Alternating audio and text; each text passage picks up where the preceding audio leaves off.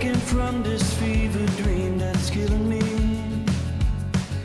You're drowning and I can save you, and that's all I see. Over and over,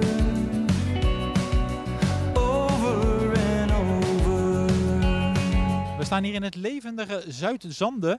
Hoewel we hier ondergedompeld zijn op de rommelmarkt, is natuurlijk ook het gevoel op het dorp op andere dagen heel belangrijk. Daar gaan we het over hebben met Frits Baars, die al jaren betrokken is bij de dorpsraad. Zuidzande bruist. Er komen de laatste jaren regelmatig meer jonge mensen wonen, wat heel bijzonder is, waar we jarenlang op gehoopt hebben en wat nu gebeurt. En we hopen dat die trend zich doorzet. Ja, nou ja, dat is wel te hopen, maar zo te zien gaat dat vandaag in ieder geval wel goed, van jong tot oud. Ja, ik weet niet hoeveel er gedronken wordt vanavond en of er dan een carnavalsgolf komt over 9 maanden. Zo ver zal ik ook niet gaan, maar het zou kunnen, hè? Een babyboom hier in Zuidzande. Ja, bijvoorbeeld.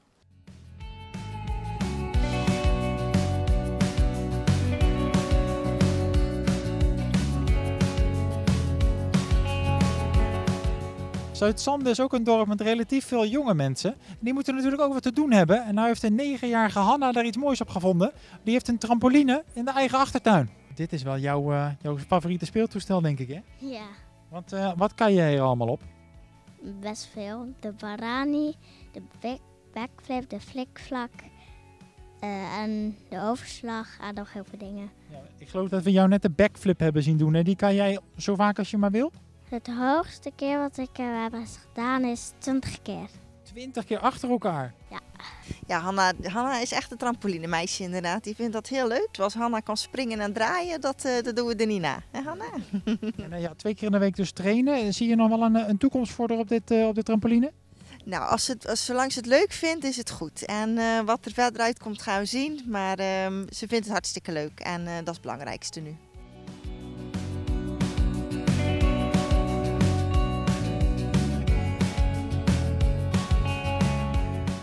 Het is weer de hoogste tijd voor een lesje topografie. Dat gaan wij doen met een aantal jeugdige inwoners van Zuidzande. Hoe zit het met jullie topo? Goed. Goed. En bij jou? Goed. Oké, nou nu gaan we testen. Hè. Waar zijn we nu? Zuidzande. Wij zetten ze aan op die kaart. Dat is hier ergens.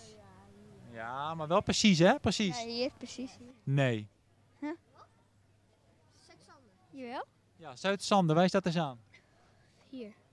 Boom. Kijk, die mag erbij. En morgen zijn wij in Axel. Weet jij dat ook?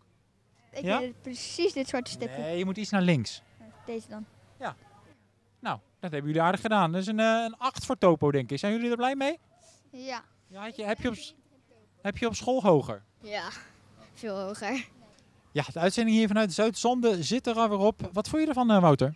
Ja, gezellig druk. Toch? Ik vond het een leuke dag. We hadden een droompiloot met vliegangst en een waarzegster met een spraakgebrek. Maar voor de rest was het goed. Ja, wel weer bijzondere dingen meegemaakt, zoals elke dag. Morgen zijn we natuurlijk ook weer gewoon dan vanuit Axel. Je kan ons horen live op de radio tussen 9 en 12. En vanaf 6 uur natuurlijk ook weer op tv. Tot dan!